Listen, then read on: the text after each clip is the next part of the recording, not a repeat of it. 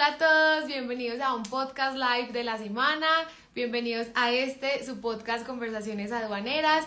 Vamos a tener un invitado muy genial el día de hoy, vamos a estar de verdad con un experto que no se alcanzan a imaginar, que estoy muy feliz de poderlo haber, conseguido para ustedes, de poder estar compartiendo con él en este escenario que es nuevo para él, claro que sí, como para casi todos los invitados. Me siento muy feliz de poderlo invitar, de poder compartir con él. Hoy pues vamos a hablar sobre comercializadoras internacionales, como ustedes ya lo vieron en la publicidad. Me siento muy feliz de poder hablar de ese tema. Hace rato quería tener un invitado muy experto sobre comercializadoras internacionales, porque créanme que son muy pocos los abogados o los expertos, especialistas en comercializadoras. Entonces, bueno, mejor dicho, este va a ser un live muy interesante y créanme, ya van a ver el invitado, es una persona con increíble y larga trayectoria y experiencia en este país. De verdad que lleva, no sé, más de 30 años, estoy segura, trabajando en el comercio exterior, pero ya lo vamos a conocer bien. Entonces vamos a darle la bienvenida a nuestro invitado especial. Buenas noches, ¿cómo estás? ¿Qué ha habido? Qué bueno tenerte por acá. Bueno, ingresaste súper bien, Muchas me encanta. gracias. Muchas gracias a ti por la Bueno, invitación. bienvenido. Bueno, antes de comenzar a hablar sobre el tema, me gustaría mucho, y como es costumbre en este podcast, preséntate, por favor, cuéntanos quién eres, cuéntanos un poco sobre tu historia, sobre ti, para que las personas te vayan ubicando en el tema. Bueno, Manuela, pues qué te cuento de mí, toda mi vida prácticamente trabajando con este tema de comercio exterior. Pues puedo hacer una infidencia, y es que el 8 de octubre cumplo los 50 años de estar trabajando, y prácticamente en esos 50 años he trabajado completamente en esto de comercio exterior.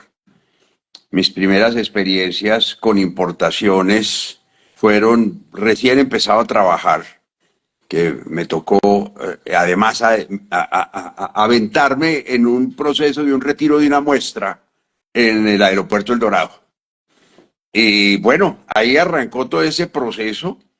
Tuve muy buenos maestros que me indujeron en este eh, esquema tan maravilloso de la vida, cuando yo quería estudiar unas cosas que realmente eran diferentes. Al comienzo medicina, después quería era ser un ingeniero naval o ingeniero forestal. Bueno, en fin, eso pasé por una cantidad de cosas, y en últimas, pues, ¿qué pasó? Me enamoré muy joven, me casé de 20 años, y me sentí que ya tenía mundo, porque pues ya llevaba un par de años trabajando, y yo pensé y sentí que ya tenía mundo y que ya podía coger alas por la vida para formar una familia.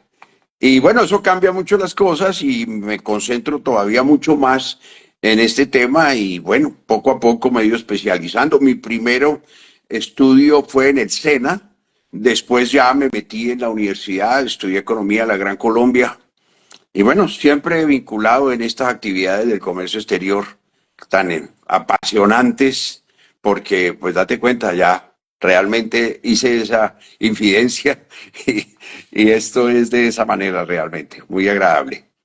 Pero 50 años, o sea, yo diciéndole a todos acá en la intro que tenías 30 años en el ejercicio, pero tú qué, o sea, empezaste a los 10 años o qué, ¿cómo es? Un poco más de 30 años. Entré a los 18 años, realmente. Realmente, esa es mi edad para los que tienen la inquietud. Wow, Sí, entré a los 18 años a trabajar. de verdad que es un honor muy grande tenerte aquí, y para mí es muy grato poder compartir este escenario con una persona con tantísima trayectoria y experiencia en el comercio exterior. De verdad que ustedes son como los padres del comercio exterior en este país, así que primero me siento muy honrada, y segundo, muchas gracias por haber aceptado la invitación. Así que bueno, bienvenido. Muchas gracias a ti, Manuela. De verdad que una invitación que, desde luego, cómo me iba a hacer, por el contrario, muy orgulloso de estar aquí contigo. Te agradezco muchísimo. De verdad que es fabuloso poder estar aquí y manifestar esto que además me gusta tanto. Yo soy pro exportaciones a morir. de hecho es algo que hemos intentado incentivar un montón este mes y el mes pasado sobre exportaciones y sobre la importancia que es que empecemos a pensar en eso y no tanto en importar. Ahora sí, entremos en materia. Bueno, hoy vamos a hablar sobre comercializadoras internacionales, pero en específico sobre instrumentos de promoción a las exportaciones, ¿cierto? Cuéntanos un poquito sobre eso, qué es un instrumento de promoción a las exportaciones, qué es una comercializadora internacional. Bueno, mira, los instrumentos de promoción en general es algo que viene en el país desde bastante tiempo. En la década del 50 mismo, como consecuencia de la guerra mundial y todo este proceso del Plan Marshall para Europa, pues Latinoamérica quería copiar algunas cosas, Colombia no era la excepción y encontró en el ministro Vallejo Arbeláez las posibilidades de iniciar un proceso, algo que no fue fácil porque pues nosotros estábamos dentro de una concepción muy primaria del tema de la producción y de las exportaciones. Nosotros no producíamos casi nada y solamente exportábamos pues los bienes agrícolas como el café y había otra serie de productos que se exportaban y algunas cosas de minerales, de resto no teníamos exportación. Entonces la idea de esto era empezar a generar un esquema de producción de manufacturas y de producción de bienes con valores agregados incorporados, mano de obra, insumos nacionales, en fin. Y pues no era tan fácil encadenarse uno en un proyecto de exportación que además estaba concebido como un contrato desde el comienzo inicialmente para exportar. Entonces uno constituía un contrato con el Estado en esa época y de esa manera iba desarrollando sus exportaciones y desde luego que no era fácil. Entonces lo que más se veía era que había incumplimiento en los que tuvieron la osadía de meterse en ese proceso, pues lógico que se enfrentaron a que no era fácil cumplir esas obligaciones y esos compromisos, porque se partía de lo mismo que hoy en día es cuál es su plan exportador, cuál es el estudio de mercado que tiene. Y pues no nos podíamos llamar a engaños en el sentido de que había mucha gente de muy buena posición en Colombia que tenía muy buenos contactos en Inglaterra, en Europa, en Estados Unidos, y lógico, pues vendían todas las posibilidades. Y eso estaba bien, y eso estaba bien. Infortunadamente teníamos situaciones donde a veces por calidad el producto era devuelto, y eso era gravísimo, por todo lo que implicaba, o simplemente a veces no se podía cumplir porque no teníamos los insumos, no teníamos las tecnologías, fallaba la fábrica en alguna cosa y no se podía, en fin, toda una serie de situaciones. Entonces es como un comienzo y ahí vamos poco a poco alineando el esquema para ir pudiendo demostrar. ¿Arrancamos con qué? Con el Plan Vallejo. El Plan Vallejo, que se vino de esa manera, ya avanzados unos años digamos, viendo las posibilidades de estructurarlo de una manera que fuera más eficiente, tenemos la anuencia, la asunción del 444 del 67, que fue en el gobierno de Carlos Lleras Restrepo, y allí pues prácticamente se crea todo un instrumento que además implicaba el tema cambiario, era en ese momento la internacionalización de la política exterior y del comercio exterior de Colombia, prácticamente, porque era abrirnos de una manera con mucho más sustento, con mucho más soporte y con mucho apoyo, de alguna manera, porque se crea también ProExport. Se crea también ProExport y entonces ya las cosas empiezan a ser de una manera diferente. Se va ajustando las normas, las formas de hacer los programas, los compromisos, las obligaciones. Una entidad que en su época era el INCOMEX, entonces empieza a ser muy generoso con los exportadores, prácticamente vengan y aquí les hacemos todo. Allá podía ir un exportador y le hacían el cuadro de insumo producto, así hubiera exportado hace un año, yo exporté pero no le hice, venga a ver el cuadro de insumo producto, lo hacía y de una vez le aplicaban a esas exportaciones para una reposición por el drawback, porque muchos exportaban y no sabían muchas cosas, entonces a la hora de exportar y haber gastado ese impuesto que en esa época eran hartos. Teníamos aranceles de hasta 40% de materias primas, 30 y pico por ciento. El IVA no era tan alto como hoy en día, pero de todas maneras era un impuesto que sumaba y desde luego generaba unos costos enormes. Entonces se arranca también con el tema de la reposición, el drawback. El drawback, pues, que está concebido en el concepto de Plan Marshall en Europa, como tome de una vez le devuelvo, tráigame su documento de exportación y yo de una vez le devuelvo los impuestos que usted consumió en esa exportación y de hecho se la devolvían inmediatamente en efectivo. Pues nosotros no teníamos aquí la capacidad financiera, fiscal, para poder hacer una devolución inmediatamente, entonces se crea el esquema que tenemos de reposición, que es que cuando se exporta, habiendo utilizado bienes importados en los que se pagaron los tributos aduaneros, pues yo hago un proceso en el momento de la exportación, declaro que me voy a coger a la reposición y después de efectuar la exportación voy hoy en día al ministerio y el ministerio con eso pues le hago una solicitud con el lleno de unas formalidades, unos requisitos y entonces me autoriza con un oficio para que pueda exportar en un plazo de 10 meses los mismos bienes, insumos en cantidad, etcétera, que utilicé en esas exportaciones. Entonces yo luego puedo ya iniciar y hacer la importación sin pagar impuestos, sin pagar esos tributos que esos bienes ya habían pagado. Entonces, y lo puedo seguir repitiendo de manera de tracto sucesivo, como se dice, con una nueva, inclusive con esa que ya había hecho sin pagar, puedo volverla a utilizar para otra nueva sin pagar. Y todas las que haga pagando los impuestos, puedo volverlas a solicitar para que me los devuelvan en la medida que voy siguiendo haciendo exportaciones. Muchos les gusta ese porque con primera medida no se generan obligaciones de llevar control de inventario, de tener que restringir el uso de los bienes, porque en el Plan Vallejo programa los bienes no los puede utilizar, sino exclusivamente al objeto del programa. En estos quedan en libre disposición, entonces si me salió un negocio en el mercado nacional, pues lo utilizo en el mercado nacional. Si me salieron más exportaciones, los utilizo en las exportaciones y no tengo ningún problema. Quedan en total libre disposición. Es como el primero, digamos, con fuerza que más se da, pero de todas maneras muchos dicen, no, yo me meto en el programa y empezamos a tener programas y llegar a una cantidad casi de 6.000 usuarios de Plan Vallejo hasta hace 2005, 2005 que se hizo un proceso de traslado a la DIAN. Y pues es un proceso de traslado que llevó a una depuración del instrumento muy fuerte, y prácticamente de regreso al ministerio ya en el año 2017, 2015, vienen más o menos como 400 nada más, de toda esa cantidad que había.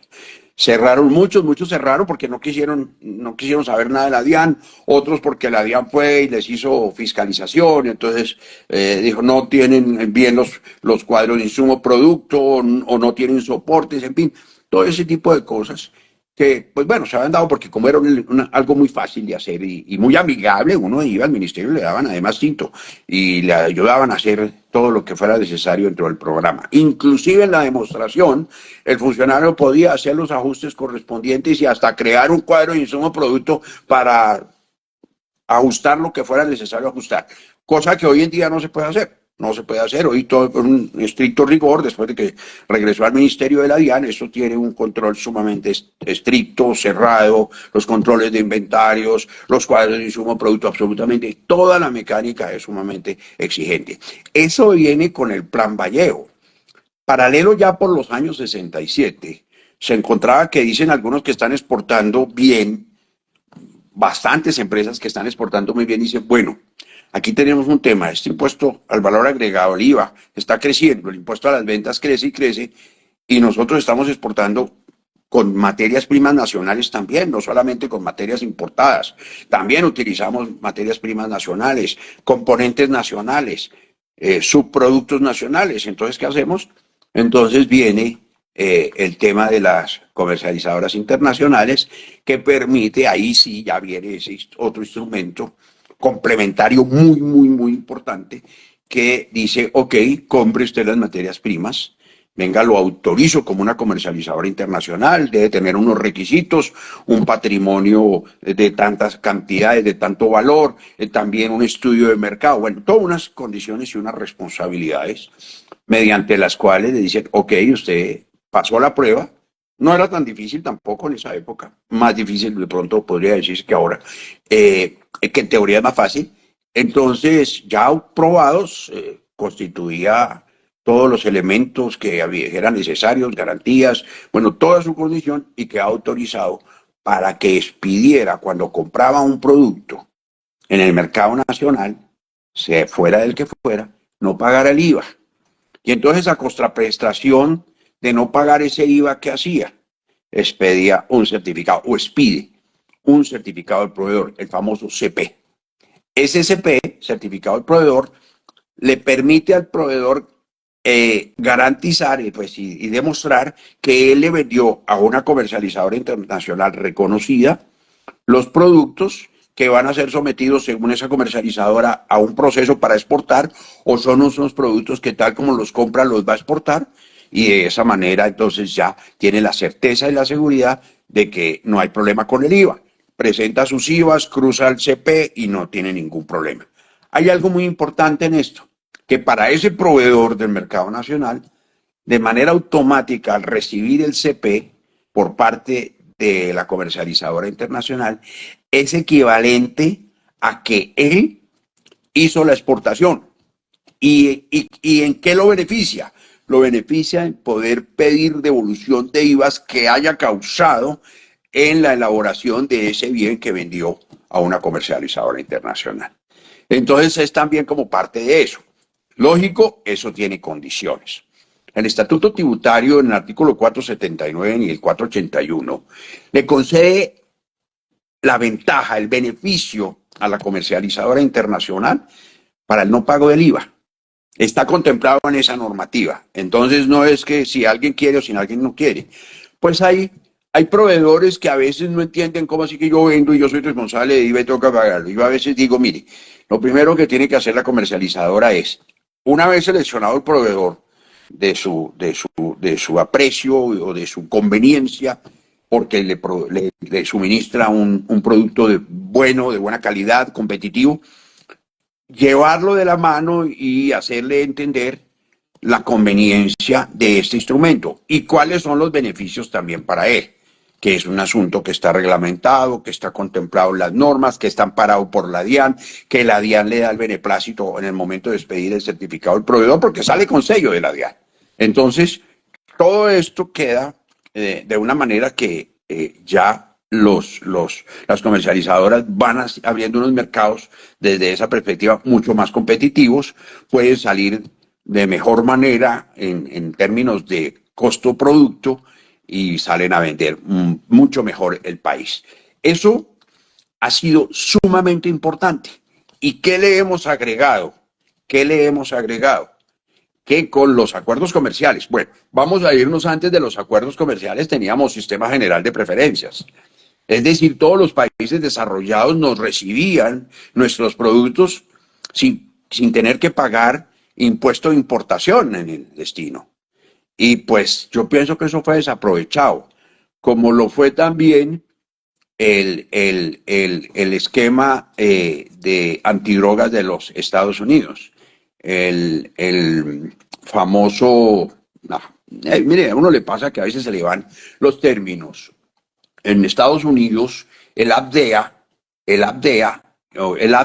primero y después APDEA, porque se amplió a toda la región andina, que Estados Unidos nos abría las puertas para llevar nuestros productos también sin pagar los impuestos a las importaciones.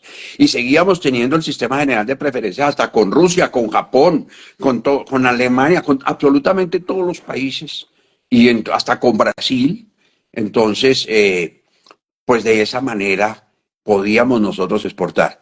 Yo siempre he sido crítico y en eso pues a veces hay gente que dirá, no, pero no sea injusto con el tema del papel de ProExport en este tema de las exportaciones. Porque ¿cómo puede entender uno hoy en día que habiendo unos instrumentos de esa manera donde es facilitable, decían, venga, aquí tienen la puerta abierta, tráigame sus productos. Claro, aquí había una situación, por ejemplo, con Estados Unidos. Con Estados Unidos hubo gente que se atrevió a llevar a Estados Unidos, pero resulta que llegaban a un determinado estado y en ese estado sí había unas condiciones, por ejemplo, fitosanitarias muy estrictas. La seguridad, un elemento de seguridad nacional en Estados Unidos es la alimentación. Es un tema de seguridad nacional. Y un producto agrícola que pudiera llegar y generar el mínimo riesgo de afectación a su tema agrícola, no lo dejaban entrar. Y ni siquiera lo devolvían. De una vez se iba a hornos donde lo cremaban, lo incineraban. Entonces, eso se volvió, digamos, algo que no aprovechamos como debía ser. Hoy en día, ya pasados más de 20 años que estamos metidos en el tema de los acuerdos comerciales. Bueno, teníamos antes la ALAD y la CAN desde hace muchos años y con eso nos defendíamos aquí con los vecinos, ¿sí? Y digamos que no nos iba tan mal, especialmente con el vecino del lado norte, arriba, costado oeste. Entonces teníamos muy buenos negocios y llegábamos a vender valores, a exportar cantidades impresionantes. Llegamos a cifras hasta de 9.000 millones de dólares en exportaciones a Venezuela en algunos momentos muy importantes. Entonces, con estos acuerdos y con los de la nueva generación, hoy en día también tenemos ese instrumento para seguir saliendo al mundo a venderle. Estamos cortos, estamos cortos. Ahí hay que exigir mucho más, tanto del sector empresarial, de los que ya están establecidos. Yo pienso, por ejemplo, que las zonas francas, que también es un instrumento de promoción, que es fundamental porque tiene esas mismas condiciones, esas mismas beneficios, prerrogativas. Bueno, hoy un poquito más apretados y cada vez se van a apretar más seguramente, que ojalá que no, porque es mejor dejarlos abiertos a que lleguen las posibilidades que tienen que llegar. En este momento, con el nearshoring, gracias a la pandemia, podemos volver a recuperar para la región la producción de muchas cosas. Mire lo que está pasando con México. México está aprovechando de una manera, pero súper importantísima, las condiciones que tiene precisamente producto de lo que pasó con la pandemia. Lo están aprovechando muy bien, vendiéndole a Estados Unidos por montones. Yo creo que ni se preocupan de venderle a Canadá, pero que para Canadá también va, también va. Nosotros tenemos muchas posibilidades en eso. Para la región tenemos 2 mares, tenemos toda la cantidad de puertos que hay, tenemos todas las producciones habidas y por haber. Entonces, sí, ¿cuántas pequeñas y medianas empresas hay? Como 5 millones. Bueno, ahí restémosle a eso y depurémoslo. Quedan más de 500, 600.000 microempresas, pequeñas y medianas empresas que son un potencial para producir bienes para la exportación y que se pueden acoger a estos instrumentos de promoción de las exportaciones, como el Plan Vallejo, como la comercializadora internacional, como los acuerdos comerciales que tienen una favorabilidad impresionante. Ahora hay que saberlo hacer.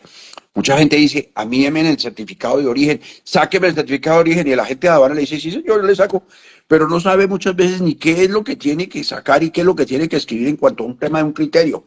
Tenemos que entender con claridad lo que es un criterio de origen. Sí. ¿Qué significa el criterio de origen?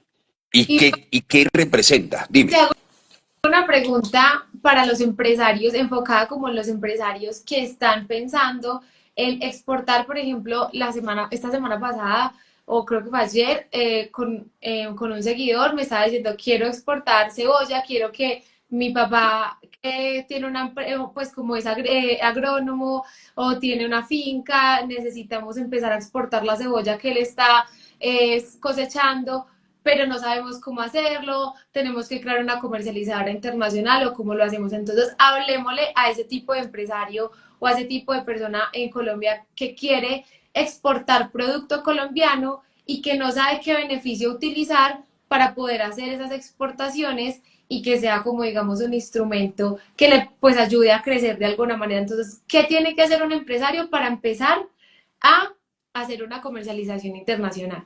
Bueno, es un tema que es bastante importante y bien curioso lo siguiente. Estamos hablando de los bienes del sector primario. Allí la situación es un poco más compleja porque cuando uno va a ver en muchas oportunidades, en muchos casos, los insumos de origen extranjero son pocos. Bueno, hoy en día tenemos que traer los abonos, tenemos que traer los fungicidas, tenemos que traer, bueno, toda una serie de productos que en muchos casos son importados. Esos productos importados que tienen ciertas dificultades pueden beneficiarse o obtenerse con los beneficios que permiten tanto el Plan Vallejo, la comercializadora internacional ahí encajaría cuando hay un distribuidor que lo trae y lo vende en el territorio nacional, entonces yo le compro a él ese producto porque le puedo comprar ese producto extranjero aquí en el territorio nacional a través de una comercializadora sin pagar IVA y me beneficio del IVA. O lo traigo directamente con Plan Vallejo y no pago los impuestos. O sea, estoy teniendo el beneficio de no pagar el arancel y tampoco pagar el IVA con el Plan Vallejo. Entonces, esas son posibilidades. Ahora, comercializar, ahí tenemos que ser muy juiciosos en entender que en el otro lado hay requisitos. ¿Cuáles son esos requisitos que tiene el otro lado para poder yo llevar mi producto? Fitosanitarios, los del ICA, los de seguramente el INVIVA, en fin, todo lo que sea necesario, las cartas, las certificaciones de responsabilidad, etcétera, que son necesarias para el otro lado. Entonces yo tengo que primero ir al otro lado a mirar qué es lo que ellos realmente necesitan y requieren para poder importar sus productos, mis productos, allá en su país. Eso es lo primero que tengo que hacer, tener clara conciencia. Ahora, hay formas de hacerlo. Yo puedo ir por internet, busco, puedo ir a ProColombia. Ahí hay un elemento muy importante. Venga, yo quiero saber cómo puedo hacer para exportar esto, porque mire, yo estoy produciendo tanta cebolla y me sobra porque aquí no consumimos tanta o yo solamente la quiero para exportarla. Entonces, esas son las condiciones y claro que pueden. Entonces ahí tiene todos los beneficios. Tiene Plan Vallejo, tiene comercializadora, tiene beneficios de origen, inclusive para la exportación, porque cuando la exporta y si va hacia un país donde tenemos acuerdo, todos esos productos del sector agro, todos, prácticamente todos, diría que no hay uno solo que no tenga beneficio de origen, en todos los acuerdos, porque son los básicos, son los fundamentales, son los esenciales, son la alimentación y esos de primeritos tienen los beneficios de origen. Entonces todas las condiciones hay. Ahora, asesorarse muy bien. ¿De qué? El tema logístico. Ese es un tema donde a veces se pierde mucho, porque esos productos son delicados, tienen un manejo muy especializado y hay que saberse asegurar de quién puede hacerlo con el mejor beneficio y con el mejor resultado. Entonces son todos esos elementos, todas las posibilidades. Los mercados están abiertos. Los mercados están abiertos. Hay situaciones, hay condiciones. Sí, a veces no se gana inmediatamente, pero es que lograr poner la semilla, eso es sumamente importante. Bueno, entonces vamos a suponer que este ya no es un empresario de cebolla, sino que es un empresario que quiere, que tiene un contacto en Estados Unidos y, no sé, tiene el proveedor en Colombia, tiene el cliente en Estados Unidos y el proveedor en Colombia y dice, voy a montar una empresa para poder exportar estos productos de mi proveedor al exterior. Entonces, digamos que ahí sí funcionaría bien la figura de comercializadora internacional. ¿Qué beneficios tiene y cómo debería constituir una comercializadora internacional? ¿Qué tiene que hacer? Paso uno, pues, paso dos, paso tres, para poder crear una comercializadora internacional en Colombia. Perfectamente. Lo más importante es tener las ganas. Entonces, cuando yo ya tengo contactos es porque he estado interesado y he tenido ganas. Sencillo, conformar una sociedad en Colombia con el cumplimiento de las condiciones y requisitos establecidos en el Código de Comercio para la fundación de cualquier empresa y cualquier sociedad. Eso es lo primero. Ahí hay unas condiciones en cuanto al capital, al patrimonio, exactamente. Entonces aquí es importante, tenemos dos tipos de sociedades de comercialización internacional. Las que vienen de hace rato, con el decreto 380 del año 2012, y que esta contempla que la empresa que estime constituirse como comercializadora internacional, que en principio no, es que yo voy y digo, me constituyo como comercializadora internacional, no. Va, constituye su empresa con el nombre que corresponda, dentro de su objeto social, y una vez tiene que dejar claro que quiere, dentro de su objeto social, la promoción y venta de productos del mercado colombiano a nivel internacional. Eso es una de las cosas primeras que tienen que estar allí. Y tiene que tener un patrimonio hoy en día equivalente a 4.500 VT. Estamos hablando de 1.170 y pico millones de pesos.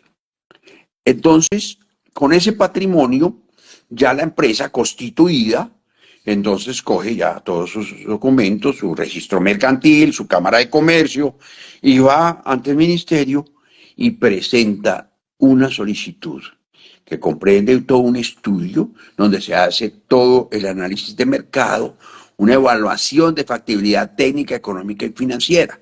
Entonces yo tengo un estudio de mercado con el que me voy a soportar y voy a decir, ok, mi estudio de mercado es este, entonces mi potencial de ventas es de tanto. Es decir, esto tiene factibilidad técnica porque tengo la capacidad para producirlo de estas y de estas maneras. Aquí están las instalaciones, aquí está, si es el sector agro, las condiciones de instalación y de capacidad de producción o de manufactura en una gran fábrica, aquí están las condiciones. Eso se tiene que demostrar diciendo cuánto es todo mi capital instalado, cuáles son las máquinas, los equipos y toda la infraestructura, cómo es mi proceso de producción y demostrar que yo tengo un potencial de producción, una capacidad instalada de producción que me permite responder a ese estudio de mercado. Si lo demuestro con cifras, con el estudio y con todas las cosas, el ministerio me dice, bienvenido al equipo autorizado. Vaya por favor ahora a la DIAN, lleve y agréguele haga primero en la DIAN el registro de la garantía, que es una garantía que tiene que estar constituida por un valor que está representado en un 2% del valor de las exportaciones. Como yo todavía no he hecho exportaciones porque soy nueva, entonces mi potencial está representado en el estudio de mercado que tengo y que fue con el que me autorizaron. Entonces tomo el 2% de lo que tengo contemplado allí, pero debe de tener un mínimo. Y ese mínimo no puede bajar de los 4.500 VTs para la garantía. Entonces, allí de esa manera ya constituyo la garantía y tan pronto está constituida, aceptada por la DIAN, entonces voy y le agrego. Ahí sí, voy a la Cámara de Comercio y le digo, señores, mire, aquí tengo esta autorización del ministerio, tengo la aceptación de la garantía, estoy habilitado y reconocido para iniciar como comercializador internacional. Entonces, háganme el favor y me le aceptan aquí a mi razón social, agregarle la sigla CI, que significa que soy un comercializador internacional. Ojo, hay muchas empresas que se reconocen como CI, pero no son comercializadoras internacionales. Tienen negocios y hacen negocios porque comercializan internacionalmente, pero no son comercializadoras internacionales reconocidas en el marco de la normativa de comercializadoras internacionales y autorizadas por el ministerio y reconocidas por la DIAN mediante la aceptación de la garantía. ¿Hay alguna sanción para las empresas que utilizan la sigla CI o comercializadora internacional sin serlo, sin estar habilitadas? A ver, si una compañía por alguna razón escribió en su razón social CI, pues no va a tener una sanción, salvo que esté intentando ejercer una función pues que no le corresponde. Por ejemplo, que vaya y embauque a algunos proveedores del mercado y les diga véndanme y le venden sin el IVA, no tiene cómo entregarles un CP porque no se lo va a emitir el sistema de la DIAN, que es el que me lo emite a través del proceso que yo hago por el sistema, porque estoy reconocido y estoy autorizado. Entonces, como no estoy autorizado y reconocido, pues no me va a emitir absolutamente ningún CP. Ah, yo me podré conseguir alguno, seguramente, encontraré muchos por ahí en alguna parte, y le entrego a un señor. Eso ya es un fraude, eso ya es un fraude aduanero, y pues tiene todas las implicaciones que corresponde a un fraude aduanero, las sanciones desde el punto de vista administrativo, económico y penal. Aquí nos hacen una pregunta y es, ¿cuál es el término para constituir una garantía? Bueno, la garantía desde la autorización. El término para constituir la garantía. A ver, inmediatamente yo estoy reconocido, pues tengo que proceder, pues digamos un término es la necesidad que tengo yo de arrancar porque para eso me metí aquí en este negocio, ¿sí? Ahora, si no la constituyo y pasa un término, pues me dicen, no, usted ya no quiso, entonces, pues simplemente el hecho de no continuar, ¿cierto? Ya automáticamente quedo descalificado. Eso es de oficio. Entonces, un término como tal no hay. Pero una vez yo constituyo la garantía, esa garantía tiene una vigencia de 2 años. Antes, un mes antes de ese vencimiento, no 29 días antes del vencimiento, sino 30 más, 31, 32 días antes del vencimiento, tengo que presentar la renovación de la garantía. ¿Ajustando qué? ¿Cuánto es el 2% de las exportaciones que tuve durante ese periodo anterior, el último periodo fiscal? La garantía tiene 2 años. Entonces yo arranqué por decir algo en el 2022. Entonces ya en este momento tengo 23, 24, me toca constituir la garantía. ¿Cuánto fueron mis exportaciones en los 12 meses anteriores al término que tengo para constituir la garantía? Ojo, 12 meses anteriores. Algunos cometen el error al renovar la garantía de constituirla sobre los 12 meses del año anterior. Entonces son los 12 meses del año 2023. No, de los 12 meses anteriores a la fecha de la constitución de la garantía. Ahí puede haber unos términos un poco más exactos que se me pueden escapar seguramente, pero esa es la condición. En ese término, ahí uno siempre falla.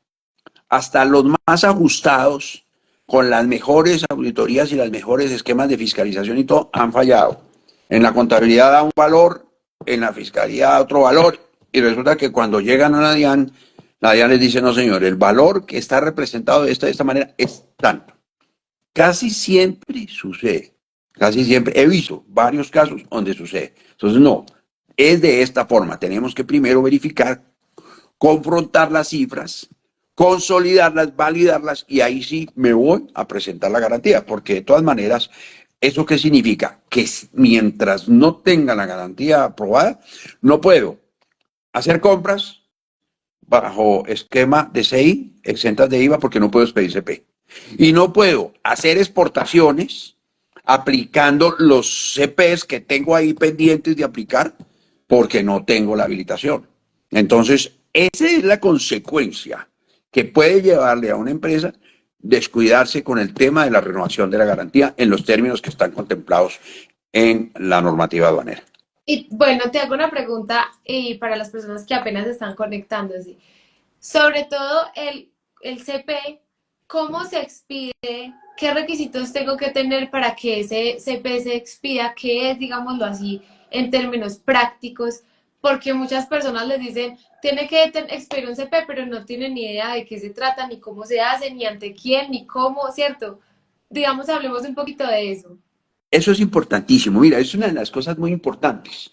Y resulta que si yo me acogía al esquema de comercializadora internacional, presenté un estudio, como es que hay que presentar, con todos esos elementos y todo, y que cuando me lo aprueben no sepa cómo así que no sé cómo hacer el CP, y resulta que sí sucede. Porque en muchos casos de las empresas, quien le hace el trámite es un asesor o de pronto de la misma empresa de contaduría o de fiscalización que les llevan el manejo, por ejemplo, empresas extranjeras cuando vienen acá. Son los que le hacen el trámite, les dicen, listo, aprobado, tome. Y hay algunos que dicen, listos, podemos arrancar, y arrancan a comprar, ya somos ahí, tome, mira, aquí está el oficio, véndame. Pero se les olvida que tienen que emitir el CP.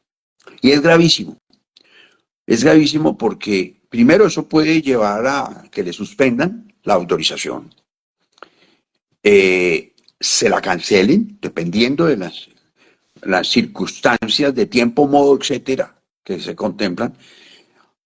Y hay casos en donde puedo salvarlo, dependiendo qué tiempo haya transcurrido. Yo digo, mientras no haya transcurrido un tiempo más allá de la obligación de los proveedores de presentar las declaraciones de IVA y ustedes mismos de presentar las declaraciones de IVA. Acuérdense que tenemos periodos de bimestrales y cuatrimestrales para presentar las declaraciones de IVA. Entonces eso tiene que jugar muy bien. ¿Qué pasa? Yo tengo que, primero, hasta cuando esté ya reconocido por la DIAN, que ya puedo entrar al sistema y tengo que hacer todo un procedimiento para habilitarme en el sistema y poder quedar reconocido y poder expedir los CP. Eso es un proceso que hay que realizar y tiene bemoles, no se pudo, no dejó firmar, no me reconoció, no, y a veces le toca ir allá y golpear y funcionarios, mire, me está pasando, ayúdenme. Su computador, su sistema, como tienen un sistema centralizado, es muy estricto y no deja ciertas cosas. Y usted necesita, por ejemplo, un Moxila o una cosa de estas para poder aplicar y bajar el aplicativo y entrar al aplicativo y ser reconocido.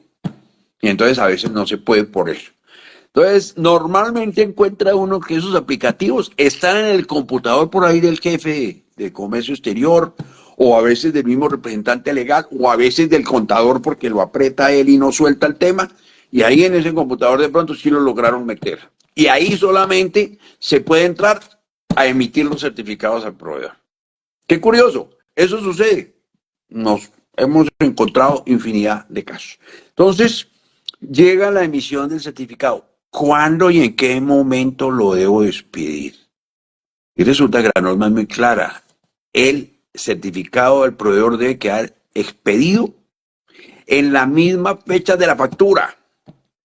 Entonces nos encontramos con una cantidad de situaciones. La mercancía nos la despacharon ya en la tarde. Llegó a la empresa y mientras estábamos descargando no se alcanzó a descargar. Y entonces la factura, y entonces no llegó la factura al sitio en donde estaba la persona que tenía, sino que, ok, descargaron y les dieron las 10 de la noche. A las 10 de la noche ya no hay quien haga un certificado del proveedor. El responsable del área contable o del área de comercio, el que han asignado, ya se fue a descansar y sale a las 5. Y es muy cumplido y sale a las 5. Y entonces no emitió el certificado del proveedor. Y como el certificado del proveedor no se emite en la condición que establece la disposición, pues entonces me toca decir, devuelvan la factura y dígale que le mande la factura con IVA. Pero no, les tocó pagar el IVA. Esa es la consecuencia de no emitir los certificados al proveedor en la fecha establecida. Y hay unas excepciones que acepta la disposición. Y dice, entre la entrega formal, la recepción formal, ¿eso qué significa? Que cuando yo como DIAN lo voy a verificar, o la DIAN lo va a verificar, efectivamente encuentra por trazabilidad que al inventario ingresó el producto en la fecha que dice que ingresó. Entonces, por ejemplo, me trajeron la factura y la mercancía, pero no alcanzó a ser entregada. Entonces, mañana queda el registro de entrega de la mercancía bajo esa condición de entrega de la mercancía recibida. Y la factura me quedó con fecha de ayer, puedo emitir el certificado al proveedor. Pero ojo, puede pasar. Inclusive al contrario, que yo la recibí hoy, pero la factura me la entregaron hasta entre 2 días. Puede pasar. Eso sucede. Ahí tengo una combinación, pero tengo que saber muy bien jugar con esa combinación. Si no, puedo arriesgarme a que me rechacen un certificado de proveedor después de emitido y entonces tenga que regresar todo lo que implica ese tema, devolverle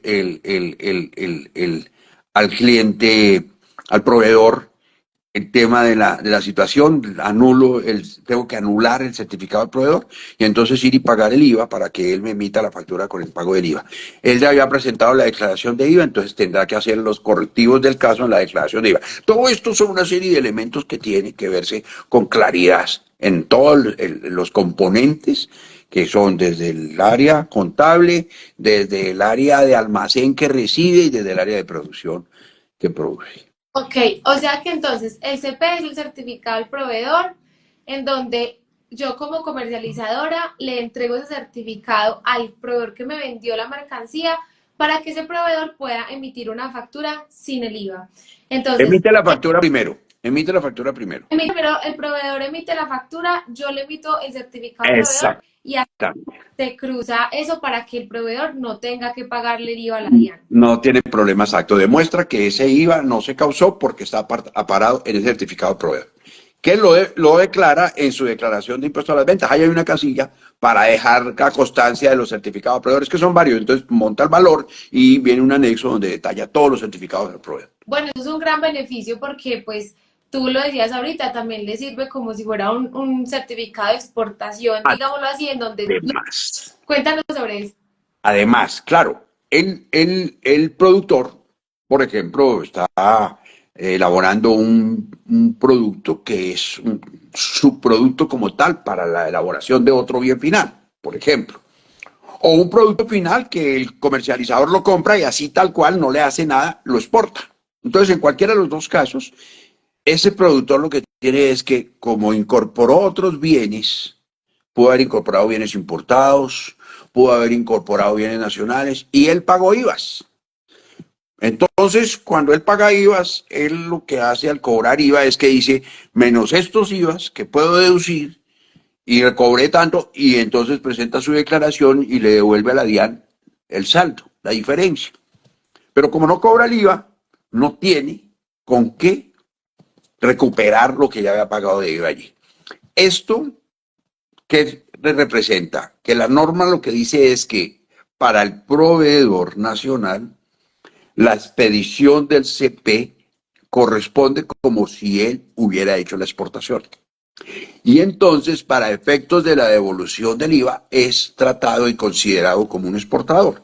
Entonces, él puede ir y llevar y decir, con este CP es como si yo hubiera pagado, entonces aquí hay estos IVAs a mi favor, ¿cierto? Entonces, por favor, me hace la devolución. Y esas son de las devoluciones que la DIAN hace con agilidad, frente a otros tipos de devoluciones que están argumentadas en otro tipo de elementos. Las que están argumentadas en el soporte de exportaciones, sean directas o sean a través de comercializadora internacional, son devoluciones que se efectúan con mayor agilidad. Y bueno, cuéntanos, para que las personas lo tengan aquí en cuenta, ¿cuál es la norma que cobija este tema de las comercializadoras internacionales para que ellos puedan aprender más sobre el tema? Bueno, tenemos primero el 480 del año 2012, perdón, sí, el 428, perdóname, del año 2012, que establece todo este procedimiento, toda la normativa, y ahí hay una serie de resoluciones sobre los CP. Yo para los números de las normas soy un poco, yo aplico el procedimiento y después cuando llego allí, esa es una de las desventajas de llevar los años que llevo, empieza ya a veces a olvidarse a uno, como en una época que uno lo recitaba, ¿no? Ahora es un poco más difícil, pero efectivamente son el 428. Mira la diferencia y me tocó hacer aquí un ejercicio de mirar, porque es el 380 del 2012, mira cómo estoy, el 380 del 2012, que es el que maneja las comercializadoras en su sentido más estricto, y tenemos el de las Junior, que de pronto de eso no hablamos tanto, que ese es otro decreto, que es el decreto, las Junior lo tiene el decreto para las MIPIMES. El decreto es el 14, se me fue el número y me disculpas. Ok, el 1451 del 2017. 1451 del 2017. Ese es un esquema diferente al que habíamos hablado, de ese no comentamos, de la Junior. Las generales, las normales, que son empresas más o menos de ciertas características, de cierto tamaño y de ciertos volúmenes de exportaciones, de operaciones, están reguladas por el 380 del 2002. Y las Junior, que se crearon, ¿con qué propósito? Únicamente a empresas constituidas para realizar compras a pequeñas y medianas empresas, a las MIPIMES. Ese es el 1451, que está en el 2017 enfocado a hacer compras a pequeñas y medianas empresas calificadas por la ley 590 del 19. Ese es más o menos el esquema. ¿Tienen qué ventajas? Que una empresa de este características no tiene como un requisito un patrimonio. No hay un requisito de un patrimonio mínimo. Cualquier patrimonio que tenga la empresa, y siempre y cuando presente un estudio de solicitud con todas las condiciones que se exige también a las principales, pues le van a autorizar en las condiciones de capacidad financiera, económica y productiva que corresponda a ese tipo de empresa. Y que dice, mis potenciales compradores son pequeñas empresas, MIPYMES, y bueno, en todas las tres categorías que hay en la 590. Ah, yo pensé que esas ya habían desaparecido. No, no, no, esas están muy, muy, muy. Lo que pasa es que no hay muchas y es un momento de aprovecharlo.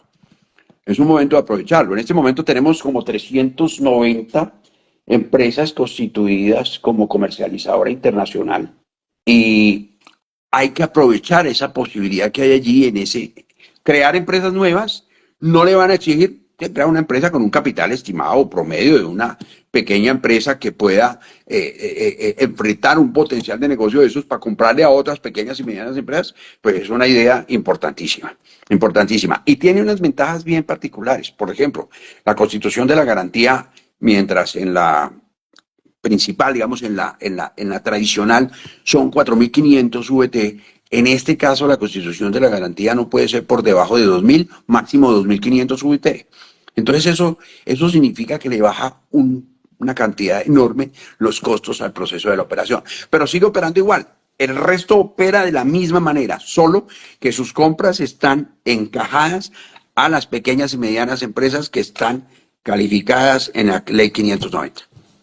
Bueno, y ya como para ir finalizando, porque mira que se nos fue súper rápido el tiempo. Eh, Increíble. sí, súper rápido. Aquí hay una pregunta bueno, la verdad esta es una pregunta muy recurrente sobre las zonas francas y es si un usuario de zona franca puede facturar sin IVA a una comercializadora internacional. No, es que con todos estos ajustes que ha habido, las ventas de zona franca a empresas en el territorio nacional, ya definitivamente la DIAN ha emitido una serie de conceptos y cosas en donde establece que esa venta es una venta que tiene que hacerse como importación, porque las ventas de la zona franca al territorio nacional se tratan como una importación pagando los impuestos que correspondan. Si son de bienes elaborados con materias primas nacionales que ingresaron a la zona franca para ser transformadas, pero que luego salieron, entonces se liquida el IVA nada más. Si tiene incorporados bienes importados, etcétera, pues a eso se le liquidará el componente que corresponda al arancel más el IVA. Esas son la situación que hay. De manera que no es posible. Ese es un tema que yo pienso que hay que ponerlo en un nivel. Yo a veces pienso que a veces falta un poquito la sensibilidad que tenía el Incomex cuando estaban empezando con todo este tipo de cosas. En el sentido de decirle, hombre, a estos empresarios hay que ayudarles, hay que darles el empujoncito, hay que llevarlos así como el canguro. ¿Por qué? Porque pues para muchas empresas es un poco complejo, difícil. La ventaja como tal es, hombre, hay que permitir que las zonas francas puedan seguir funcionando. Hay que reconocerles el esfuerzo o la reconozco cuando yo autorizo, después de que me presentan toda un potencial de negocios, de capacidad financiera, económica, productiva, pues yo ya ahí estoy reconociendo a alguien. Yo no puedo después a ese alguien que reconocí de esa manera y le di una autorización decirle no, las condiciones no pueden ser esas, sino que tiene que ser de esta manera. Someter a las zonas francas a que los usuarios de las zonas francas tienen que ser los exportadores y no como se venía anunciando que empresas del territorio nacional o inclusive del exterior que llegaban y depositaban sus bienes en la zona franca para que les hicieran un proceso parcial de producción, complementario de producción o de simplemente logística para exportarlo. Tengan que ser ellos cuando las mercancías no son de ellos y responder ellos como exportadores para todo lo demás. Por ejemplo, el tema con Plan Vallejo. Ahí he tenido unos casos y estamos con la discusión de que el usuario de Plan Vallejo metía su bien elaborado con el Plan Vallejo a la zona franca y se complementaba allí con otro producto. Resulta que ahora, entonces, como el exportador de eso ya lo tenía yo ya puesto y todo, y yo iba y presentaba la exportación y tenía mi 10 como Plan Vallejo para la demostración del programa, pues resulta que no lo puedo hacer porque la norma dice, no señor, el que va a exportar es el usuario de zona franca, pero ese usuario de zona franca no está reconocido. Hay algo. Yo he planteado, he dicho, mire, como empresa, si yo ya sabía, tenía que haber inmediatamente recurrido al ministerio de una manera rápida para buscar que me autorizara una operación indirecta con el usuario de la zona franca. De esa manera, él quedaba como exportador de mi producto y entonces yo lo podía demostrar sin ningún problema. Pero no se hizo. Echarlo, pedir que me acepten de unas exportaciones que ya se hicieron, porque eso es una de las condiciones que está claramente contemplada, además como sanción en el Estatuto Aduanero. Exportar una mercancía con la figura de operación indirecta sin que estuviera autorizada la operación. Entonces, si no estaba autorizada, todavía no se podía. Entonces, ¿qué pasa? Que ahí pierdo y a esos insumos que yo utilicé como plan vallejista, pues me va a tocar pagarle los tributos aduaneros porque no tiene otra salida. Entonces, no, ahí ya han cerrado unos espacios de la zona franca que hay que buscar la manera de que se reevalúen. Bueno, y ya pues como para ahí ya cerrar del todo, porque ya se nos en serio acabó el tiempo, qué lástima, quisiera hacerte muchas más preguntas, quisiera preguntarte sobre el cuadro insumo producto, qué significa eso y muchas cosas, pero en serio ya se nos está acabando el tiempo, nos quedan 3 minutos. Entonces, pues ya para finalizar, danos un consejo que quieras pues darle a las personas que nos están escuchando, a los empresarios que quieren constituir una comercializadora internacional en el país. ¿Dónde te encontramos, sobre todo a ti? O sea, ¿cuáles son tus datos de contacto para que las personas te puedan buscar si necesitan asesoría sobre comercializadoras, sobre promoción a las exportaciones? Cuéntanos un poquito para ya poder dar la despedida. Claro que sí, con mucho gusto. Pues a mí me conoce en el sector, yo mantengo en reuniones con holandés, algunas veces también con la ANDI, a veces el trabajo no nos da el espacio para estar en todas las reuniones y en todos los comités como uno quisiera siempre poder estar. David Agudelo Vieda es mi nombre. Tengo ahí, estoy en una página. Yo no soy muy bueno con las cosas del internet realmente. Mi asociada Anita Velosa es la que se mueve bien con esas cosas. Tengo una página de David Agudelo Vieda donde pues ahí están mis datos y toda mi información. Mi correo es agubicon. Pues, si quieres te lo agrego aquí. eh, a ver si me lo permite Ok, sí. Igual, de todas maneras, las personas que quieran ponerse en contacto contigo, perfectamente nos pueden escribir, me pueden escribir a mí, yo les paso tu contacto también para que estén, digamos que más cerca tuyo. Perfecto. Bueno, David, cuéntanos entonces ese consejo final para podernos ir despidiendo. Bueno, consejo, hay todas las oportunidades, muchísimas, muchísimas. Hay que buscar que se hagan bien las cosas desde el comienzo, que lo que bien comienza, bien finaliza. Entonces, primero eso, hay mucho potencial en este país de personas que saben, no solamente el caso mío, no hay muchas personas que pueden buscar siempre que se asesoren bien como primera medida para que las cosas vayan bien. La constitución de la empresa, hay abogados, comercialistas que saben cómo se hacen absolutamente todo el engranaje de la constitución de la empresa para que quede todo bien. El paso a la constitución de la comercializadora, asesorarse bien, buscarse cómo es todo el procedimiento para hacerlo bien y rápido. Porque es que ¿qué pasa? Tengo un caso de un tema de Plan Vallejo. Llevan como 2 años presentando solicitudes y pues siempre quedaban mal, mal, mal, porque es que hay ciertas cositas que no es que sean cosas del otro mundo. Lo que pasa es que el tornillo va donde debe ir y punto. Entonces, a veces es el tornillo, es la tuerca. Hay que ponerlo donde debe ser y no todo el mundo sabe dónde es que debe ser. Asesorarse bien es lo mejor, más importante. Hay todas las posibilidades. Nosotros, Colombia, yo creo que puede ser un potencial muy, muy importante. Las zonas francas tienen buen potencial. Alrededor de todas las zonas francas, en 22 departamentos, 122 zonas francas, tienen un potencial enorme con todas las pequeñas y medianas empresas. Es para armar clústeres y buscar las posibilidades de hacer con esos clústeres un esquema a nivel de la región y poder vender muchas cosas. Inclusive buscar la manera de sustituir importaciones elaborando productos que a veces tenemos que importar. De la China importamos muchas cosas que yo creo que aquí también las podemos producir. Hay gente que dice, pero es que los costos. los costos como son, sin subsidio y sin dumping, los podemos manejar. Bueno, no, me encantó poder compartir contigo este espacio y la verdad es Igual que a fue, mí. la verdad que se me fue volando, no puedo creer que ya haya pasado una hora hablando contigo, ¿verdad? Se me fue súper rápido y te agradezco muchísimo todo el conocimiento que tienes y de verdad, esas ganas de querer compartirlo, la forma en la que lo haces es demasiado amena, tanto que, de verdad, se me fue súper rápido la hora. Gracias. Entonces, muchísimas gracias por tu tiempo, por tu sabiduría, por esos consejos.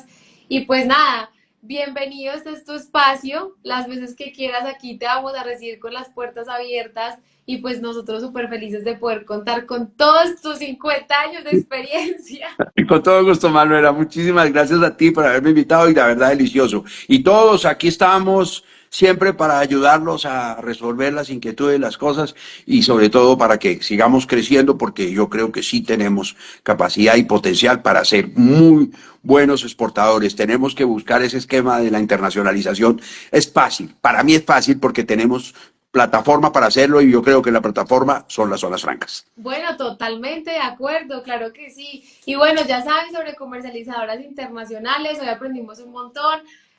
Mejor dicho, todos son bienvenidos a escuchar este podcast los sábados que ha subido en Spotify y YouTube. Nos vemos en una próxima ocasión.